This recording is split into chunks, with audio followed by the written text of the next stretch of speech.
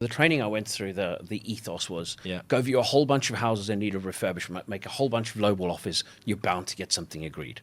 And I viewed over 100 houses. So I live in Kent, and I was driving up to, Manchester, Warrington, Wigan, all that way. I was driving up to Nottingham, Derby, even Grimsby, viewing all these houses, making all these offers. And and over 100 viewings, permanent night shift. So I'd finish my night shift, I'd drive straight up there in the car, get there like 10, 11 in the morning, fall asleep in my car for 2 hours, do a whole bunch of viewings, get back in my car, drive to the depot, and then sleep in my car for 3-4 hours, and then do my night shift, and did that at least one day a week, every week, for probably about 6 months. And man, it was tough going. And then when you're not getting any results, I said, okay, well, this doesn't work. Try to do the rent-to-rent thing, got 4 rent-to-rents, very quickly realised I didn't want to be an agent. Lo and behold, I'm an agent now. But at the time, I was like, I didn't want to be dealing with the tenants and all their challenges. And, I'm locked out of my house because I'm drunk and I don't care. Can you come open the door at 3 in the morning?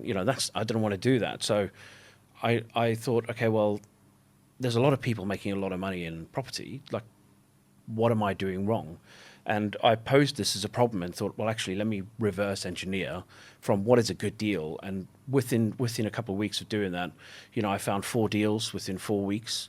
And all I did was said, okay, well, what's the final numbers that I need to be looking at, and how do I then compare what my offer would be based on whatever my return requirement is against what it's listed for.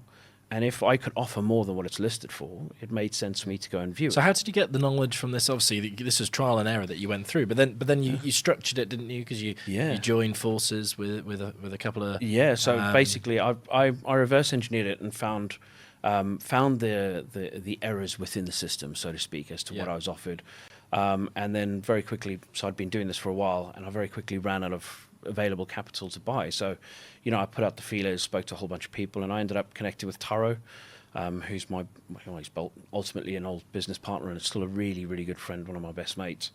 And we bought a whole bunch of properties together, and had a lot of fun. And, and at some point we said, look, like, we can only buy so much. How do we continue doing what we're doing? How do we share our knowledge and our insights and our technology? Because by this point we went from, reverse calculating, pulling all the properties directly manually from Rightmove into a spreadsheet, running the calculations, and where Truval's suddenly was born. Then that was from the back of an Excel sheet. And that's exactly it. So just then created technology to scrape the data, created other technology to run automated valuations, rental calculations, made it onto one actual platform instead of a spreadsheet. And, it was this incremental thing, did the whole outsourcing, hiring people before automating. And, at some point we created a technology that, found us deals. There was no other way to put it. And I said to Taro, look, like, we've got to teach other people how to do this. And the training company we went through, there was, they weren't perfect, and we wanted to do a better job. So I think that's it. Work smarter, not harder. Exactly. If you can. So. And then me and Taro launched Katana Training. We spoke on stages in 28 countries over 4 continents. Literally trained tens of thousands from the front of the room. Had a lot of fun. Personally mentored about 300 people. Didn't you have a room that you ended up speaking in front of like 2,500 people? Yeah, so that was in Sweden. That was ridiculous. Yeah, that's the only time I've really been nervous speaking, other than at the beginning. 2,500 people in one sitting will do that for you. All paid for tickets. So But no, it was honestly, it was amazing. Really, really had a good adventure and a good journey. Yeah. Trained a lot of people, reinvested. So we weren't cheap, but